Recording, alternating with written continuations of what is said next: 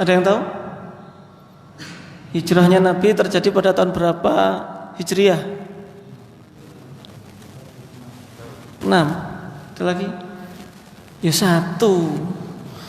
Ya kan kalender Hijriah itu dimulai dari hijrahnya Nabi. Berarti hijrahnya Nabi berapa Hijriah? Ya 1 Hijriah. Cuma penanggalannya bukan pada zaman Nabi Sallallahu Alaihi Wasallam. Penanggalan Hijriyah itu baru ada kapan? Pada zaman Umar bin Khattab radhiyallahu anhu, sekitar 17-an Hijriyah kalau dihijriyahkan, di mana pada waktu itu bermula dari kebiasaan raja atau Khalifah Umar bin Khattab untuk mengirim surat ke gubernurnya, ke utusannya, diantaranya kepada Abu Musa al-Asy'ari yang pada waktu itu menjadi gubernur Basrah. Basrah itu negeri mana? Irak. Jadi mengirim surat. Ketika mengirim surat hanya dicantumkan bulannya saja. Kalau bulan Hijriah itu sudah ada sejak zaman Nabi, bahkan sebelum Nabi 12 bulan berdasarkan perhitungan bulan itu sudah ada 12 bulan. Bulan Muharram, bulan Safar, Rabiul Awal dan seterusnya itu sudah ada pada zaman Nabi sallallahu alaihi wasallam, bahkan sebelumnya sudah ada. Nah, salah satu surat itu dikirim pada bulan Sya'ban. Dikirim kepada Abu Musa al-Asy'ari. Namanya dari kota Madinah ke Basrah butuh waktu. Nah, ketika surat itu sampai, Abu Musa agak bingung, ini surat tahun ini apa tahun lalu? Maka dari itu mengusulkan kalau dibuat tahun biar jelas. Karena kalau dulu kan tahun itu hanya mengikuti peristiwa besar pada tahun itu. Nabi lahir pada tahun gajah, karena nggak ada tahunnya. Tahun Hijriah maksudnya pada waktu itu belum ada. Banyak dengan peristiwa-peristiwa khusus. Peristiwa tahun meninggalnya Abdul Muthalib, tahun meninggalnya Khadijah, hanya disebut Amul Husni, tahun kesedihan. Belum ada tahun berapanya, belum ada sebelumnya. Maka dari itu Umar bin Khattab radhiyallahu anhu akhirnya mengumpulkan para sahabat-sahabatnya. Musyawarah, ini gimana tentang penentuan tanggal ini atau tahun ini. Bahkan ada yang usul gimana kalau pertama kali itu pada dikatakan tahun pertama Hijriyahnya itu ketika lahirnya Nabi sallallahu alaihi wasallam. Ada yang mengatakan tahun di mana Rasulullah diutus menjadi seorang nabi, diangkat menjadi seorang nabi. Ada yang mengusulkan tahun di mana Rasulullah sallallahu alaihi wasallam hijrah. Ini khilaf di antara kalangan sahabat. Kalau lahirnya Nabi akhirnya sama juga dengan Masehi. Lahirnya Nabi Isa nanti tasyabuh, ditolak. Begitu pula dengan diutusnya Nabi sallallahu alaihi wasallam. Ini juga kurang tepat, belum ada peristiwa yang begitu penting. Lalu ditetapkan yaitu tahun pada saat Nabi Shallallahu Alaihi Wasallam hijrah, karena disitulah perubahan yang sangat besar bagi kaum muslimin, khususnya bagi Nabi Muhammad Shallallahu Alaihi Wasallam ketika sebelumnya di kota Mekah mengalami penindasan, kemudian hijrah mendirikan daulah Islamiyah. Pada tahun itulah Rasulullah Shallallahu Alaihi Wasallam mendirikan masjid untuk pertama kalinya, yaitu Masjid Quba. Maka di sini diputuskan.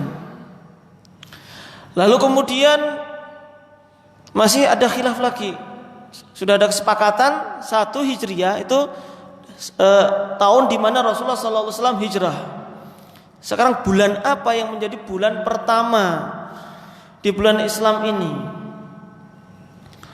Ada khilaf, ada yang mengatakan bulan Ramadan, ada yang mengatakan bulan Rabiul Awal Ramadan karena bulan ibadah. Kemudian Rabiul Awal karena Nabi lahir di bulan Rabiul Awal. Ada yang mengusulkan Muharram. Rabiul Awal juga tidak diterima karena nanti tasabuhnya juga ada lagi. Sampai akhirnya yang diambil adalah bulan Muharram, bulan Muharram. Nah, bulan Muharram. Kenapa bulan Muharram? Karena di antara yang disebutkan para ulama, rukun Islam yang terakhir itu apa? Haji. Berada di bulan apa? Dzulhijjah.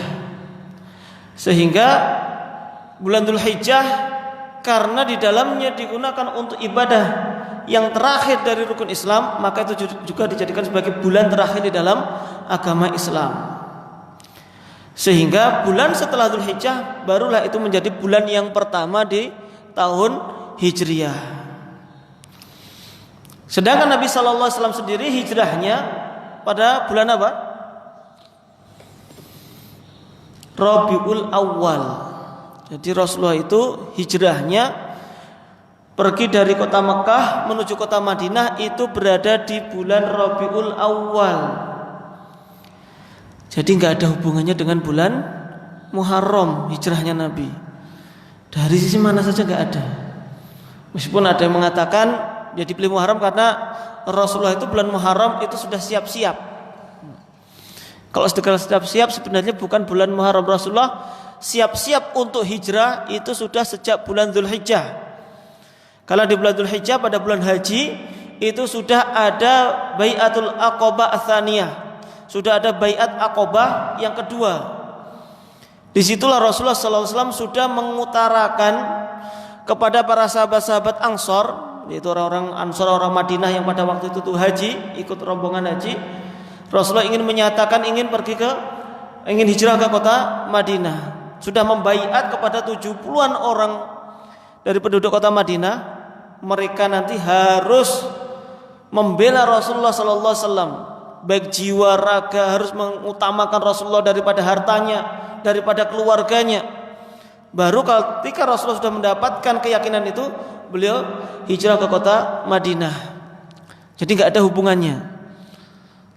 Berarti hubungannya kajian ini sama bulan Muharram apa? Secara khusus nggak ada. Namun ingin juga menjelaskan kepada manusia bahwasanya, kepada masyarakat bahwasanya bulan Muharram pada asalnya tidak ada hubungannya dengan hijrahnya Nabi Shallallahu Alaihi Wasallam. Itu sedikit singkat dari perjalanan atau penentuan kalender Hijriyah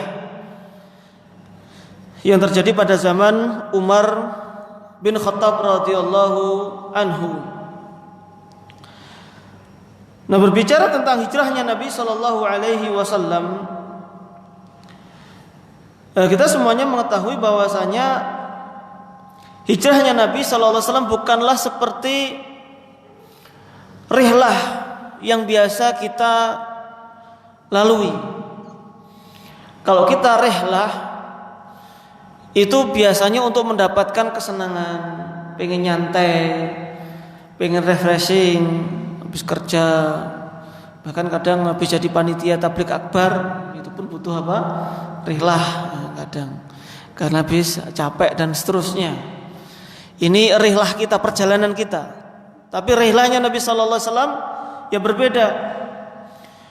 Bukan hanya di sana terdapat banyak sekali kelelahan, namun pertaruhannya benar-benar nyawa yang sangat berbeda dengan rihlah kita. Di mana ini juga merupakan sebagai wujud menjalankan perintah Allah Subhanahu wa taala. Ketika Rasulullah sallallahu alaihi wasallam meninggalkan kaumnya, meninggalkan negeri yang paling dicintai oleh Rasulullah sallallahu alaihi wasallam, yaitu negeri Mekah. Nah, kalau ceritanya nanti sebenarnya panjang ya untuk hijrahnya Nabi sallallahu alaihi wasallam itu sendiri. Namun kita langsung kepada di antara pelajaran yang bisa kita ambil dari peristiwa hijrahnya Nabi Sallallahu Alaihi Wasallam. Yang pertama adalah al-akhdhu bil asbab, mengambil sebab.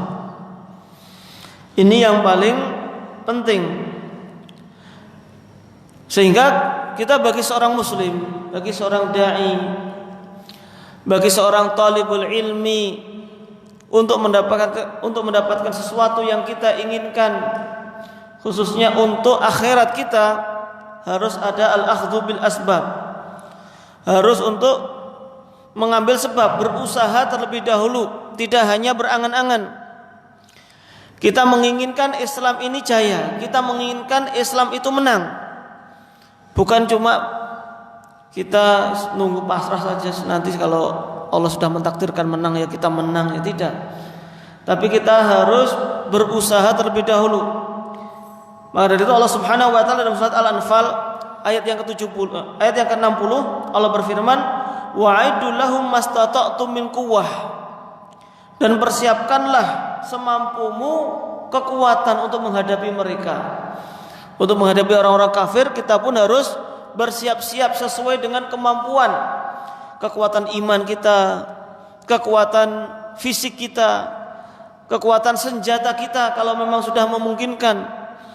Tapi kalau dalam kondisi seperti ini, bagi setiap individu yang nggak mungkin menyiapkan senjata, semua bawa pistol misalkan, beli pistol di rumah nggak boleh, karena itu juga melanggar aturan negara. Namun kekuatan yang mungkin bagi kita semuanya untuk mempersiapkannya.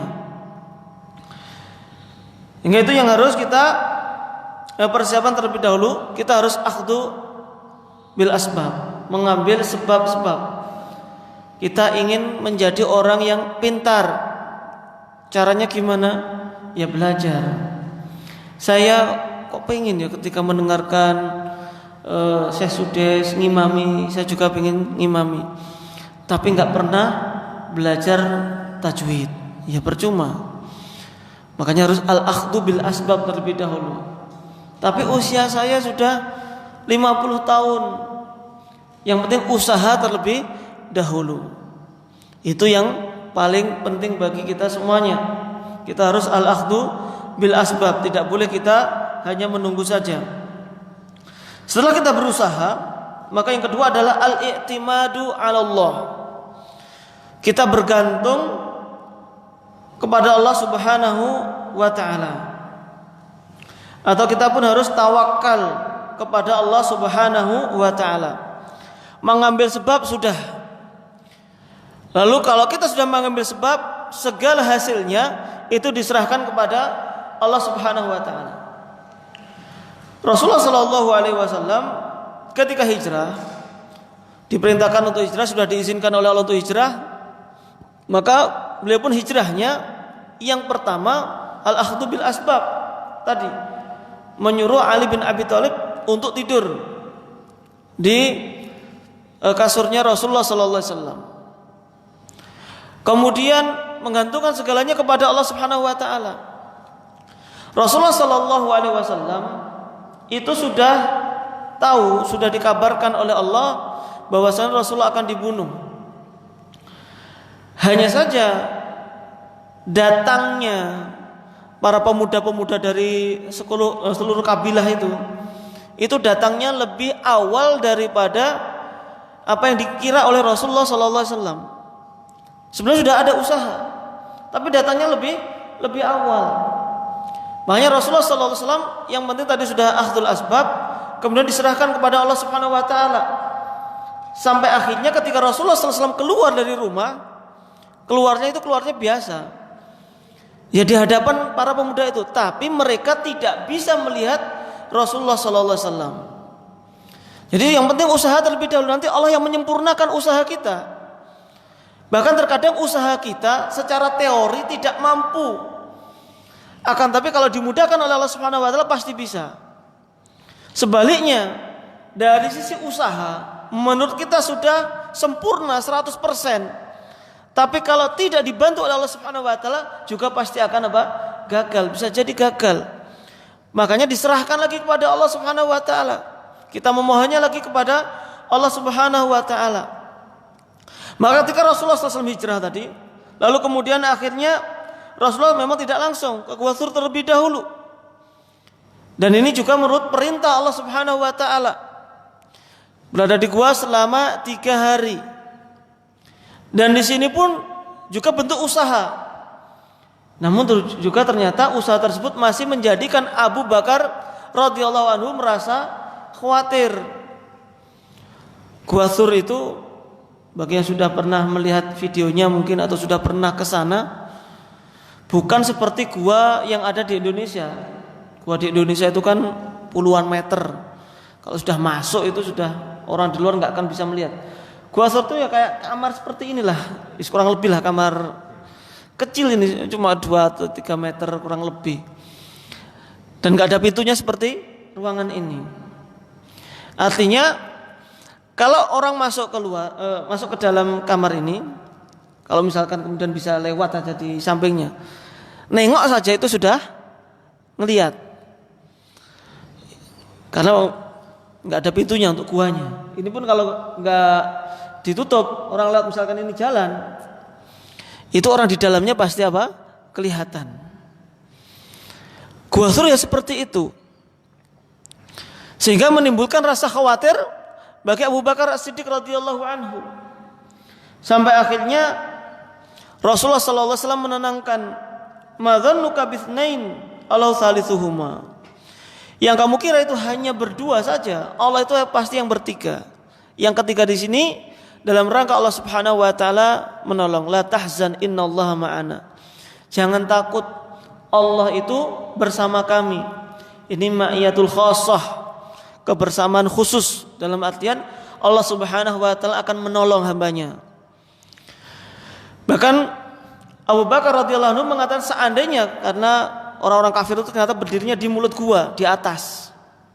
Seandainya mereka itu melihat kaki-kaki mereka, itu niscaya mereka pasti akan bisa melihat Rasulullah sallallahu alaihi wasallam. Pasti bisa melihat. Karena berada di bawahnya. Itu saking kecilnya tadi guanya tadi, itu bisa terlihat. Tapi Allah Subhanahu wa taala berkuasa tidak menjadikan orang-orang musyrikin tadi melihat kaki mereka, tidak melihat ke bawah. Dipalingkan oleh Allah Subhanahu wa taala. Maka disempurnakan oleh Allah Subhanahu wa taala usaha tadi. Sehingga orang-orang kafirin pun, orang-orang musyrikin tidak bisa menemukan Rasulullah sallallahu alaihi wasallam. Jadi setelah berusaha harus ada iktimad Allah Subhanahu wa taala. Pernah suatu ketika Imam Ahmad radhiyallahu anhu ditanya tentang orang yang duduk di rumahnya saja, pokoknya nggak mau berusaha, ada cuma di rumah, kadang ke masjid, nggak kerja. Lalu ditanya orang tersebut, kenapa kok tidak mau cari kerjaan? Orang tersebut mengatakan, la a'malu syai'an hatta ya'tiyani rizki. Ya, saya tidak kerja biar rezeki itu datang dengan sendirinya. Kan rezeki itu sudah dicatat oleh Allah Subhanahu wa taala. Ngapain saya harus bekerja? Maka apa komentar dari Imam Ahmad? Hadza rajulun jahalal ilm. Orang ini itu bodoh dalam ilmu. Bodoh dalam memahami nas, bodoh dalam memahami dalil. Meskipun rezeki itu sudah ditentukan, bukan berarti kita itu harus di rumah saja tidak berusaha. Kita harus tetap berusaha untuk mencari uang, mencari nafkah, baik itu dalam masa pandemi ataupun tidak. Memang sebagian mendapatkan kesusahan, namun bukan berarti itu alasan untuk tidak bekerja. Tetap harus bekerja dan hasilnya diserahkan kepada Allah Subhanahu wa taala.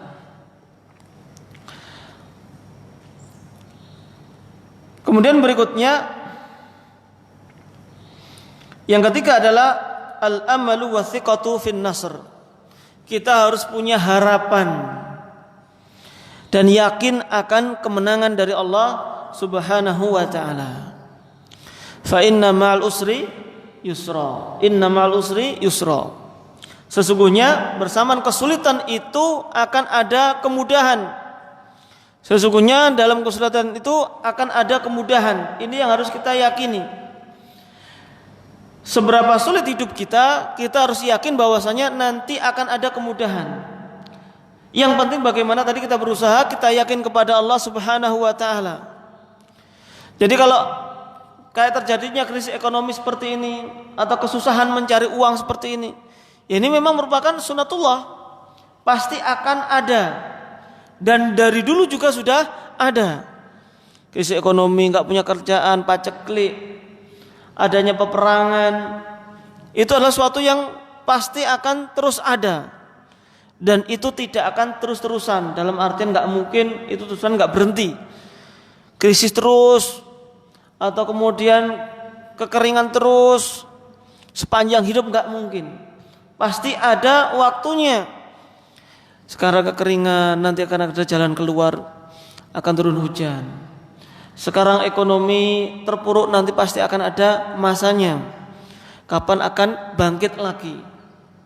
Namun untuk menghadapi kita saat ini, tadi kita al-akhdhu bil asbab, kemudian kita percaya kepada Allah Subhanahu wa taala, iktimat kepada Allah. Sekarang kita percaya yakin bahwasanya nanti kemudahan itu pasti akan ada. Wa'lam anna an-nasra ma'as sabr. Ketahuilah bahwasanya kemenangan itu ada bersama dengan kesabaran. Jadi harus bersabar terlebih dahulu. Rasulullah sallallahu alaihi wasallam ketika diusir itu sebenarnya juga sudah mengetahui akan diusir. Dari siapa? Dari Suraqah bin Naufal. Dulu ketika awal kali mendapatkan Waraqah bin Naufal mendapatkan wahyu, kemudian cerita kepada Khadijah, kemudian dibawa kepada Waraqah, kepada sepupunya, lalu diberitahukan bahwasanya engkau nanti akan diusir. Ya Rasulullah dengan lugunya tidak percaya. Mukhrijiyya qaumi, apakah kaumku nanti akan mengusirku? Ya Rasulullah, wajar. Selama ini itu nggak pernah punya musuh.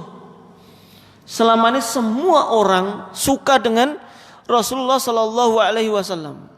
Selama ini, maksudnya sebelum mendapatkan wahyu. Kok tiba-tiba diberitahukan nanti akan diusir?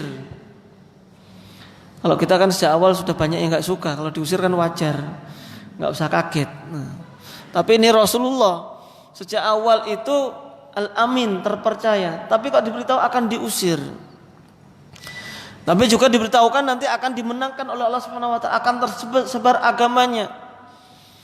Berarti setelah menghadapi pengusiran ini pasti di sana akan ada kabar gembira. Sehingga Rasulullah pun juga dengan yakin tadi. Lebih tadi yang ke berapa tadi? 3. Sekarang yang keempat. Hirsu Rasulullah sallallahu alaihi wasallam ala suhbah. Semangatnya Rasulullah sallallahu alaihi wasallam untuk mendapatkan teman. Jadi Rasulullah sallallahu alaihi wasallam ketika hijrah dari kota Mekah menuju Madinah itu tidak sendirian. Sebelum Rasulullah sallallahu alaihi wasallam sudah diawali dengan sebagian dari sahabat untuk hijrah. Yang mana sebelumnya ke Habasyah sampai 2 kali. Rasulullah ingin ke Taif namun dihalangi. Sebelum masuk itu pun sudah dilempari batu. Sampai akhirnya kembali ke kota Mekah lagi. Sampai akhirnya tadi ketika sudah menyiapkan untuk di kota Madinah, sebagian sahabatnya sudah ke sana. Abu Bakar As-Siddiq radhiyallahu anhu juga hendak hijrah ke kota Madinah. Namun Rasulullah sallallahu alaihi wasallam mencegahnya. Jangan hijrah dulu. Dan dijadikan teman Rasulullah sallallahu alaihi wasallam dalam berhijrah. Inilah pentingnya agar kita itu tidak menyendiri. Ya Rasulullah sallallahu alaihi wasallam sebenarnya ya enggak butuh teman. Rasulullah kalau pengen ditolong pasti ditolong oleh Allah Subhanahu wa taala. Dan Allah Subhanahu wa taala sangat mungkin menjadikan Rasulullah SAW hijrah tanpa ada hambatan sama sekali. Nggak usah repot-repot nginep di Gua Thur selama 3 malam.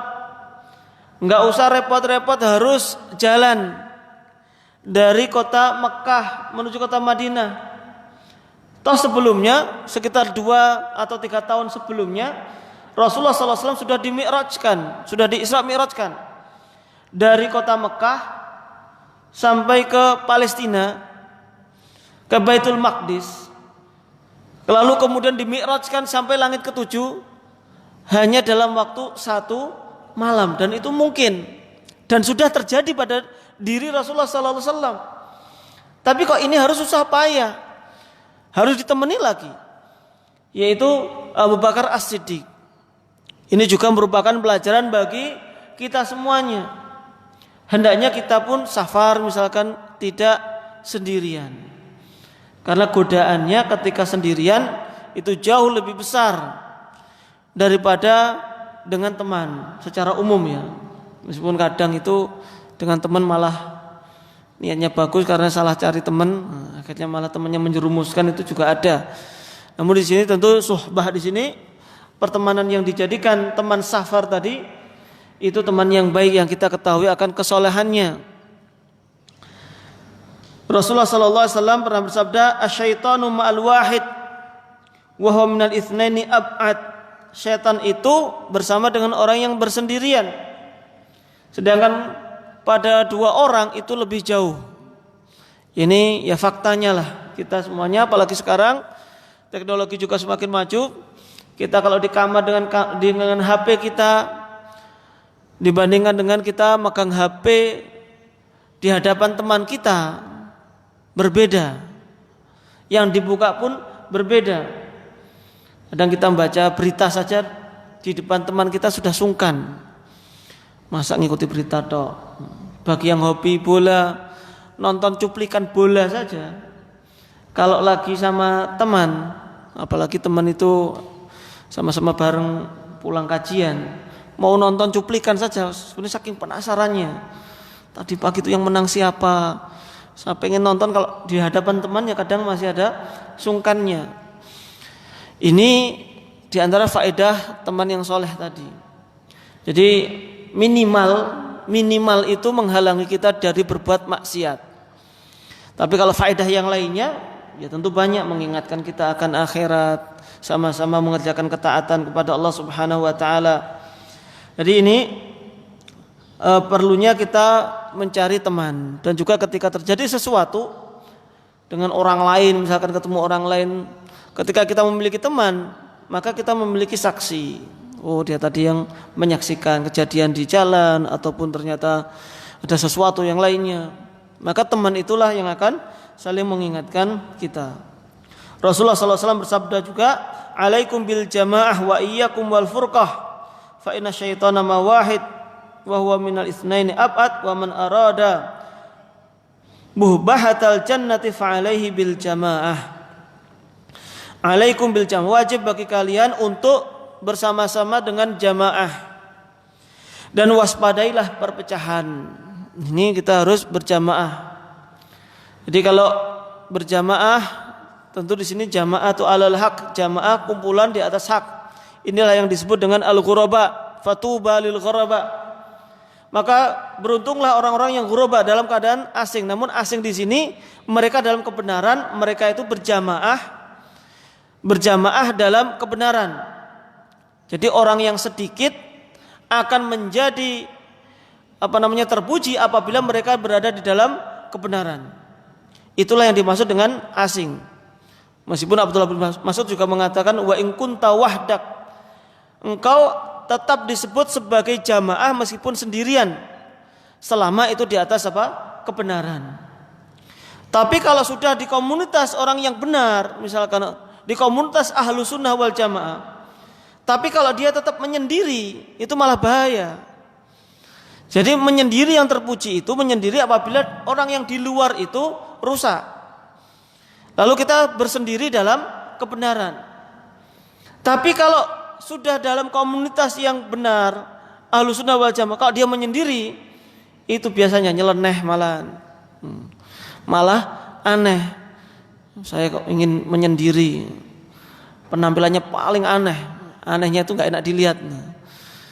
Tapi karena kan kalau sama semua kan nggak mungkin juga. Tapi benar-benar nyeleneh, itu malah nggak bagus juga. Makanya kita bersama dengan jamaah tadi. Kemudian yang kelima, Rasulullah sallallahu alaihi wasallam al-qaidul qudwah. Rasulullah sallallahu alaihi wasallam al-qaid, pemimpin, dan juga al-qudwah, pemimpin dan juga tauladan. Ini yang paling penting. Jadi seorang menjadi pemimpin tapi terkadang nggak bisa jadi qudwah. Namun Rasulullah SAW menggabungkan keduanya pada diri beliau. Beliau juga sebagai seorang pemimpin, namun juga sebagai seorang qudwah dalam segala hal. Di situ Rasulullah SAW ketika berhijrah, kita pun juga harus bisa menyontoh beliau. Bagaimana perjuangan beliau dalam hijrah. Allah Subhanahu wa taala berfirman, "Laqad kana lakum fi Rasulillahi uswatun hasanah liman kana yarjullaha wal yaumal akhir wa dzakarallaha katsira." Sungguh bagi kalian pada diri Rasulullah sallallahu alaihi wasallam terdapat uswatun hasanah, tauladan yang baik. Yaitu bagi siapa saja yang mengharapkan Allah Subhanahu wa taala dan hari akhir. Ini menunjukkan bahwasanya kalau kita ingin bertemu dengan Allah, kita mengharapkan rahmat dari Allah Subhanahu wa taala, konsekuensinya kita harus mencontoh Rasulullah sallallahu alaihi wasallam. Qudwah dalam segala hal. Qudwah dalam berakidah, qudwah dalam beragama, qudwah dalam bermuamalah, bertetangga, berakhlak. Bagaimana sikap beliau kepada orang kafir, bagaimana sikap beliau kepada tetangga, bagaimana apabila orang kafir tersebut itu sakit, maka beliau memiliki sikap yang harus kita ikuti. Bagaimana bersikap terhadap sahabat yang salah. Kadang Rasulullah marah, kadang Rasulullah tidak. Berarti kondisi itu menjadikan sikap kita juga berbeda. Jadi Rasulullah itu bukan identik dengan lemah lembut saja. Tapi Rasulullah lemah lembut iya, tapi bukan sekedar lemah lembut, tapi juga ada ketegasan juga. Bagaimana marah kepada para sahabat itu juga bisa. Sehingga kita pun juga mempelajari kondisi-kondisi tersebut. Bagaimana sikap beliau terhadap istri-istri beliau, itu pun juga kita mempelajarinya. Jadi jangan hanya sekedar kita nyontoh Rasulullah, cuma katanya dalam masalah akidahnya saja, manhajnya saja, tapi dalam muamalah tidak mencontoh Rasulullah sallallahu alaihi wasallam. Bagi di sini juga dalam safar beliau atau dalam hijrah beliau. Lalu kemudian yang keenam, ad-da'wah fi makanin wa zamanin, yaitu berdakwah di setiap tempat dan waktu. Rasulullah SAW baik di kota Mekah, baik itu di kota Madinah, beliau pun terus berdakwah kepada Allah Subhanahu wa taala dalam setiap kondisi beliau. Jadi beliau tetap berdakwah. Bahkan tadi ketika mengunjungi seorang pemuda, anak kecil yang Yahudi yang sedang dalam keadaan sakit, ketika mengunjunginya pun juga didakwai agar masuk ke dalam agama Islam. Mungkin bagi sebagian kita nggak menyangka masa anak kecil didakwai, apalagi dia masih punya orang tua, nggak mungkin lah. Biasanya menurut kita sebelum mendakwai, wah susah ini didakwai. Ini kita sering mengucapkan demikian. Namun Rasulullah SAW tidak pernah putus asa dalam masalah itu. Kemudian yang ketujuh, istidadus siddiq lil amali lillahi tahta ayyi dzarfin. Kesiapan Abu Bakar As-Siddiq radhiyallahu anhu untuk beramal untuk Allah Subhanahu wa taala dalam kondisi apapun. Inilah di antara bentuk keutamaan Rasulullah sallallahu alaihi wasallam. Jadi Abu Bakar ini siap kapanpun dibutuhkan oleh Rasulullah sallallahu alaihi wasallam. Padahal dalam hijrah, dalam dakwah, Abu Bakar As-Siddiq radhiyallahu anhu tentu bukan pemeran utama. Ya, pemeran utamanya adalah Rasulullah sallallahu alaihi wasallam. Namun ternyata posisi Abu Bakar As-Siddiq radhiyallahu anhu memiliki peran yang sangat penting bagi dakwahnya Rasulullah. Khususnya di sini bagi hijrahnya Rasulullah sallallahu alaihi wasallam. Disuruh hijrah kapanpun Abu Bakar juga siap. Enggak pernah saya sekarang saja nemeni keluarga saya misalkan. Saya sudah enggak kuat di sini, saya ingin segera hijrah bersama sahabat yang lainnya, tidak. Rasulullah Abu Bakar sami'na wa ata'na. Jadi siap dalam kondisi apapun apa yang diinginkan oleh Rasulullah sallallahu alaihi wasallam. Ini juga yang hendaknya kita lakukan pada diri kita. Memang kita semuanya memiliki kewajiban terhadap keluarga kita. Namun kita juga harus mengkhususkan waktu kita untuk kegiatan dakwah. Di Masjid Nurul Sunnah sekarang butuh bantuan teman-teman untuk kerja bakti misalkan, untuk jadi panitia misalkan. Selama kita tidak ada urusan yang daruri, artinya di rumah benar-benar suatu kewajiban misalkan, kalau ada yang sakit dan yang lainnya, usahakan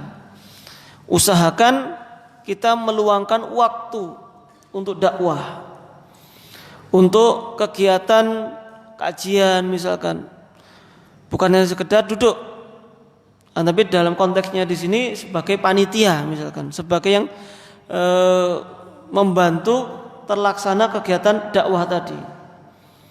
Atau misalkan malam-malam, ya memang dibutuhkan.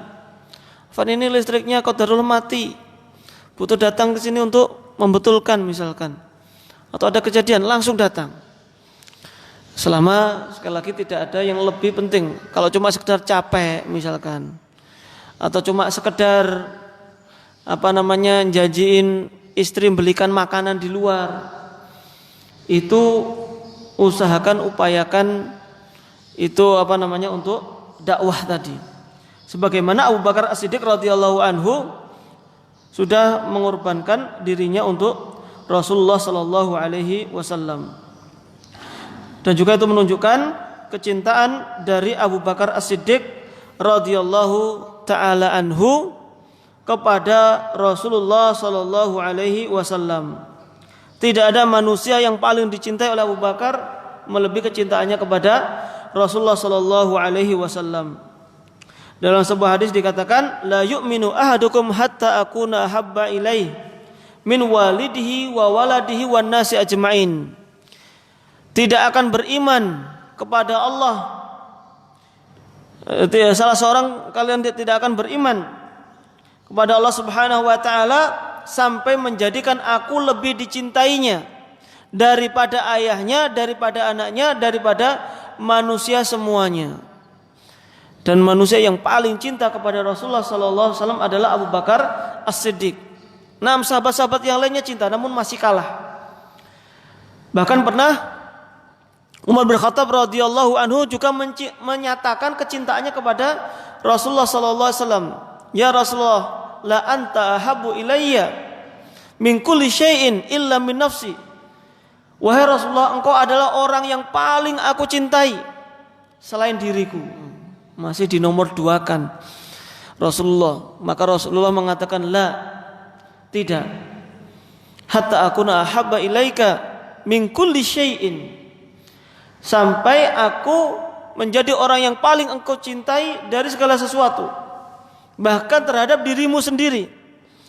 Barulah Umar bin Khattab mengatakan, wahai Rasulullah, engkau adalah orang yang paling aku cintai dari segala sesuatu. Al-an ya Umar, sekarang baru benar-benar keimananmu teruji ketika engkau sudah mengatakan bahwasanya aku, yaitu Rasulullah SAW, adalah manusia yang paling dicintai. Tentu ini bukan hanya sekedar lisan ya, tapi secara perbuatannya pun juga demikian. Jadi harus mencintai Rasulullah SAW. Dan juga Abu Bakar As-Siddiq radhiyallahu anhu siap mengorbankan segala sesuatu, bahkan mengajak seluruh keluarganya untuk membantu hijrahnya Rasulullah sallallahu alaihi wasallam. Jadi kalau berbicara tentang totalitas dalam berdakwah, itu tidak ada yang melebihi totalitasnya Abu Bakar As-Siddiq radhiyallahu anhu. Di sini tidak dinilai banyaknya, nominalnya, namun seberapa besar totalitas, loyalitas yang diberikan oleh Abu Bakar As-Siddiq radhiyallahu anhu kepada Rasulullah sallallahu alaihi wasallam. Di dalam perjalanan hijrah itu sendiri, Abu Bakar As-Siddiq radhiyallahu anhu menjadikan keluarganya semuanya ikut peran, atau kebanyakan dari keluarganya. Selama hijrah, selama bermalam di Gua Thur, selama 3 malam itu, tentu Rasulullah sallallahu alaihi wasallam butuh makan. Abu Bakar juga butuh makan. Maka setiap hari dimasakkan oleh keluarganya, oleh putri beliau yaitu Asma bintu Abu Bakar. Dan bintu Asma ini setelah itu mendapatkan julukan Zatu Nitaqain. Nitaqain itu biasanya perempuan dulu itu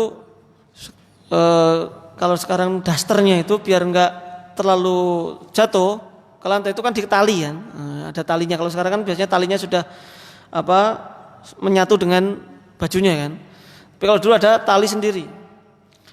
Nah, selendang ya, kayak selendang tapi dibuat di perut untuk biar ngencengkan bajunya.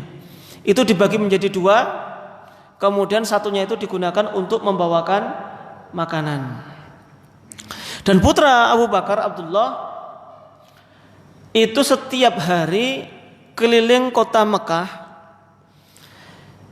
untuk mencari informasi apa saja yang dibicarakan oleh orang-orang musyrikin ketika Rasulullah itu sudah hijrah.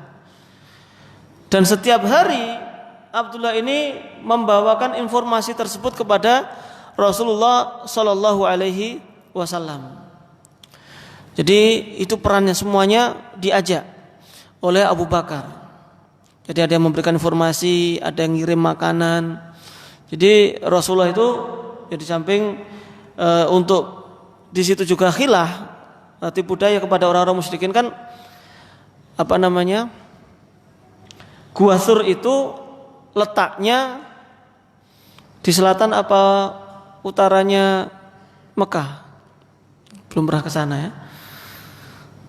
Madinah itu kalau dari Mekah ke arah mana? Kayaknya dulu pernah saya jelaskan di sini ya. Madinah itu kalau dari Mekah ke arah mana? Utara apa selatan? Ke arah utara.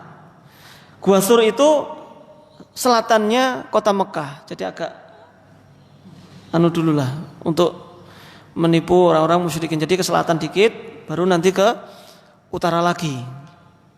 Misalnya kalau orang kabur ngejarnya kan bisa tahu ke arahnya Madinah, itu kan pasti langsung ke kota Madinah. Makanya Rasulullah ke Gua Thur terlebih dahulu, ke sedikit selatan, biar tidak langsung dikejar. Tapi nanti juga memikirkan langkah-langkah berikutnya seperti apa. Namun di situ intinya tadi adalah kembali kepada Abu Bakar As-Siddiq radhiyallahu anhu, di mana infak beliau pun juga sangat banyak. Bahkan pada waktu itu juga membawa seluruh hartanya untuk Rasulullah sallallahu alaihi wasallam. Ini di luar nanti kisahnya dengan Umar bin Khattab.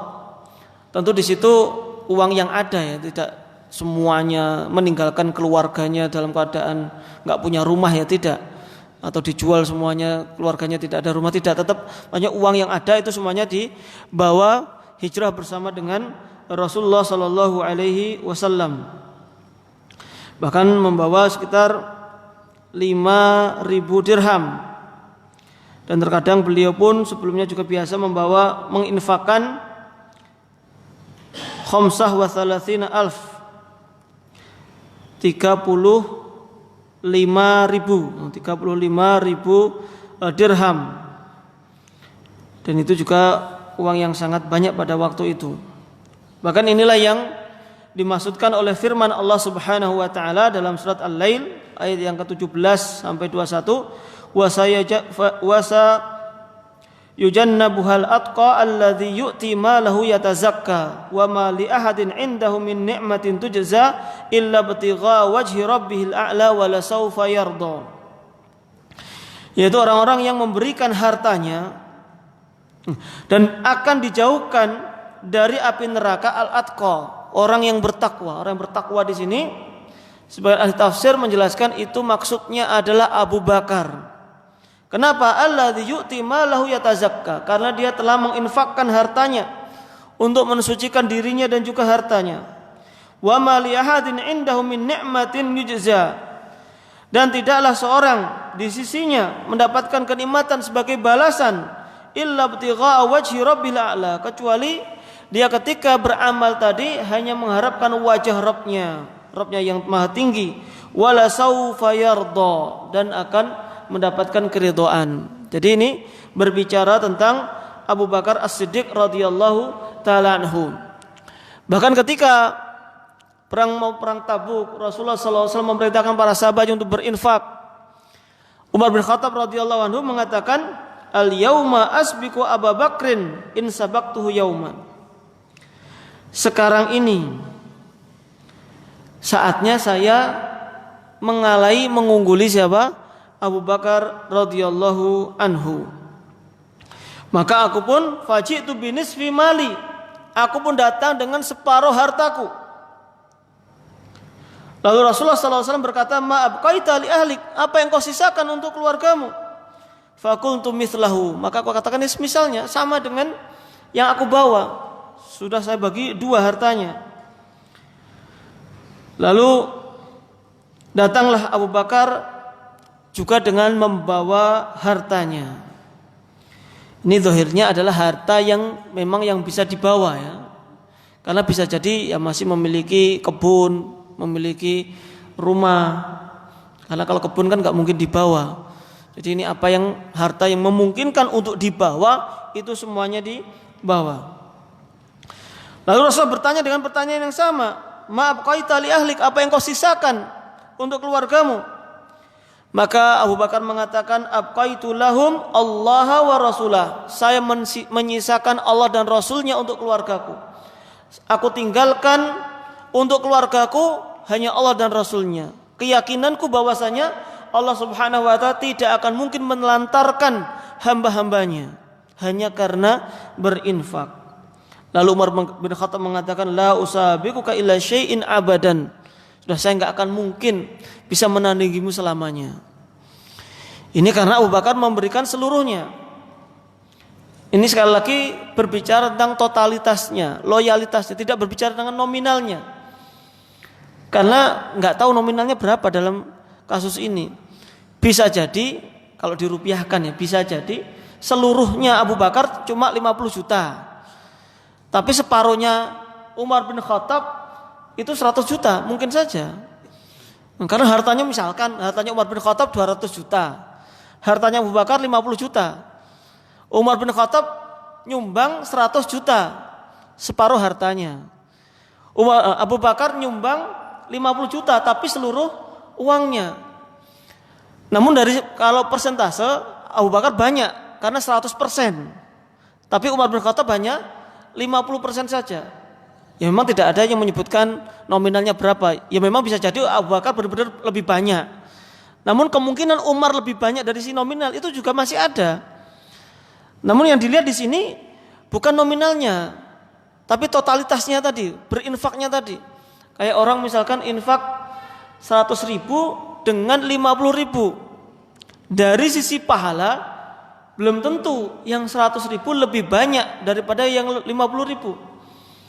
Ada orang kerjanya serabutan setiap hari, gajinya harian cuma 50 ribu.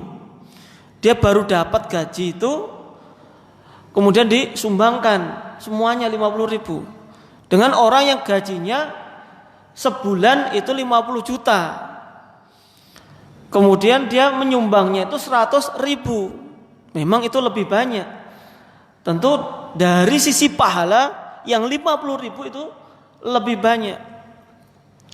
Bukan berarti ini menganjurkan gajinya diinfakkan ya, nggak boleh ya. Jadi seluruh gaji diinfakkan semuanya itu tidak boleh. Kecuali antum masih bujangan, antum masih punya tabungan, gaji langsung disumbangkan nggak masalah. Tapi kalau masih punya tanggungan, nggak ada tabungan yang besar, maka tidak boleh untuk nyumbang seluruh gaji tadi. Karena ini pertama pengecualian, karena nanti Rasulullah hanya membatasi sedekah itu hanya sepertiga saja.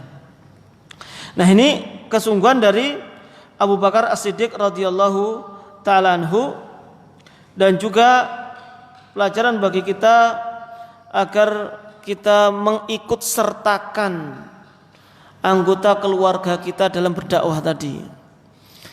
Jadi kalau kita berdakwah, kita ngaji, itu jangan hanya untuk diri kita. Kalau kita ingin bantu dakwah, jangan hanya diri kita tanpa mengajak keluarga.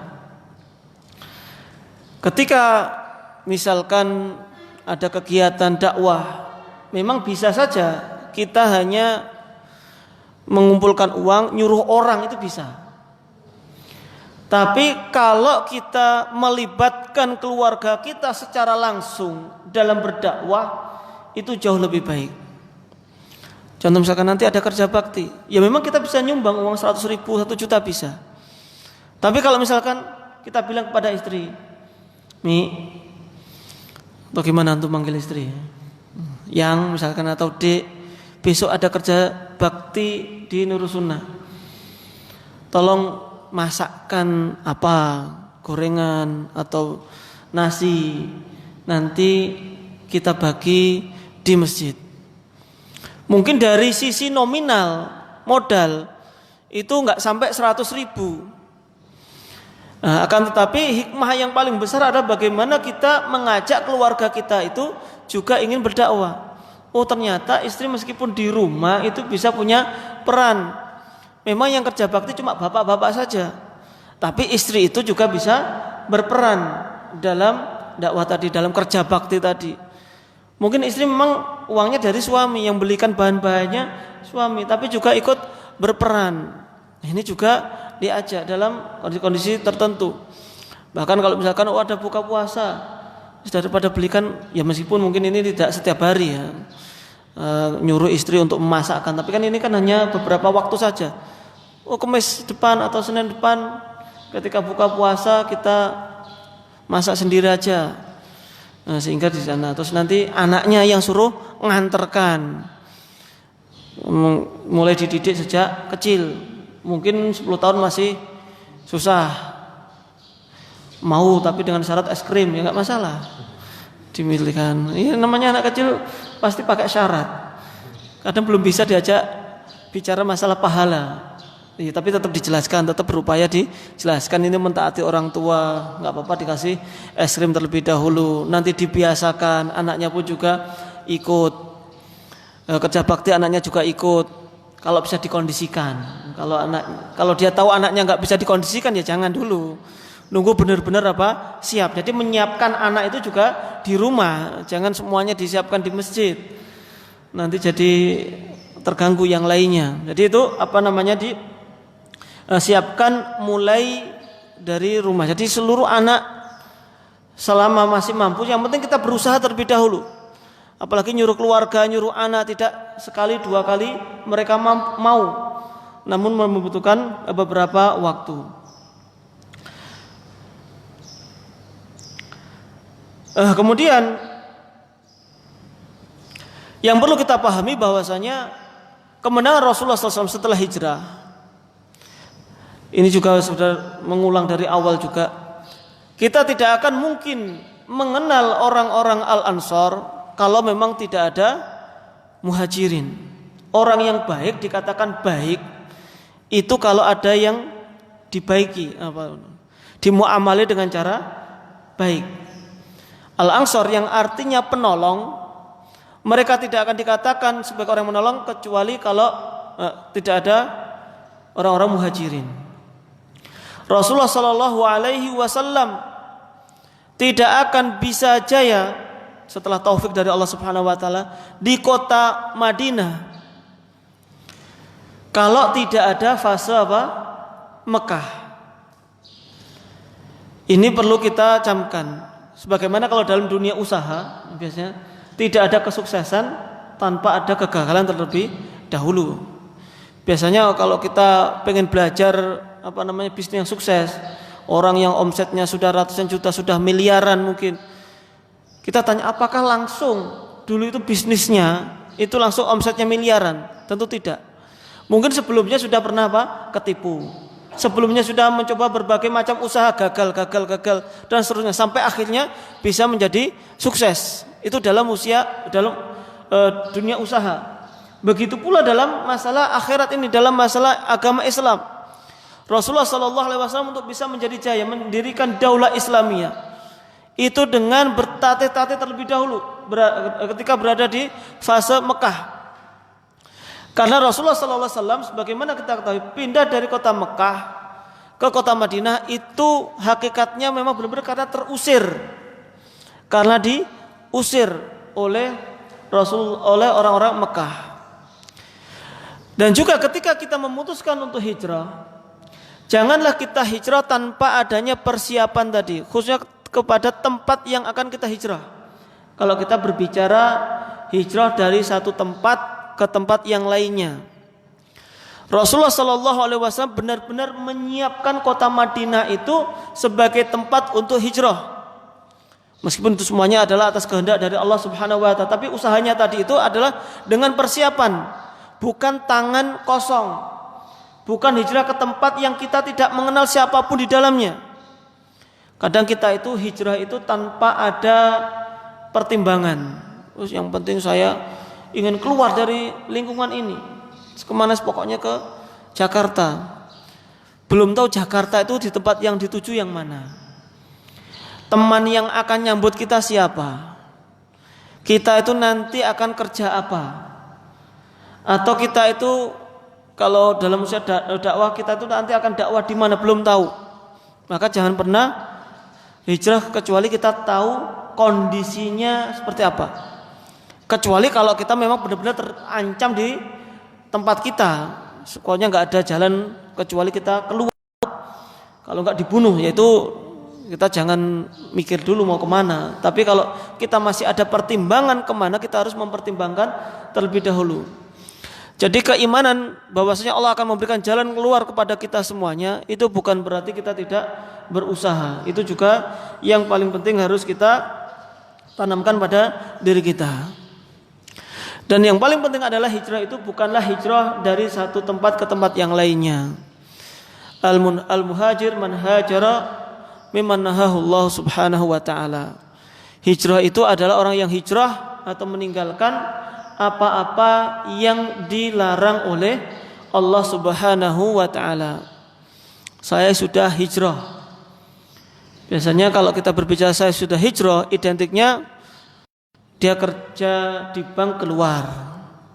Saya sudah hijrah, dulu dari bermusik sekarang tidak bermusik. Saya sekarang sudah hijrah, biasanya pakai jeans yang ketat, sekarang sudah pakai jubah kemana-mana. Nah, itu diantara makna hijrah. Namun bukan sekedar itu saja. Namun bagaimana kita benar-benar bisa meninggalkan seluruh apa-apa yang dilarang oleh Allah Subhanahu wa taala.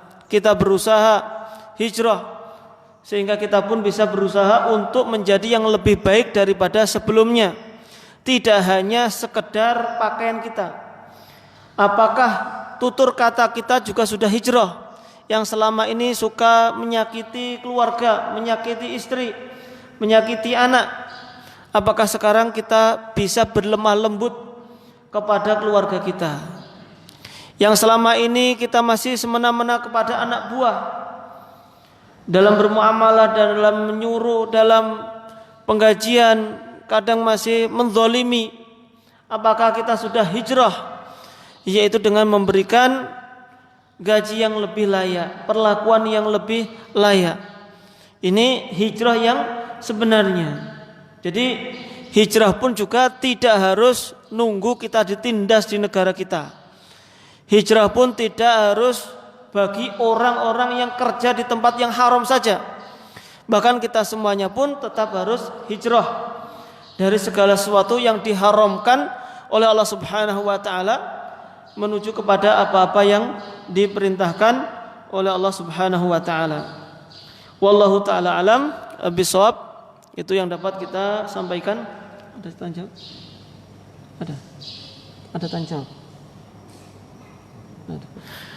Tapi itu yang dapat kita sampaikan. Semoga apa yang disampaikan bermanfaat bagi kita semuanya, dan kita berhijrah tidak hanya nunggu setiap tahun baru, akan tetapi kita berusaha setiap saat selama kita mampu, selama kita yakin kepada Allah Subhanahu wa taala akan janji-janji dari Allah Subhanahu wa taala, kita langsung hijrah kepada apa-apa yang diperintahkan oleh Allah Subhanahu wa taala.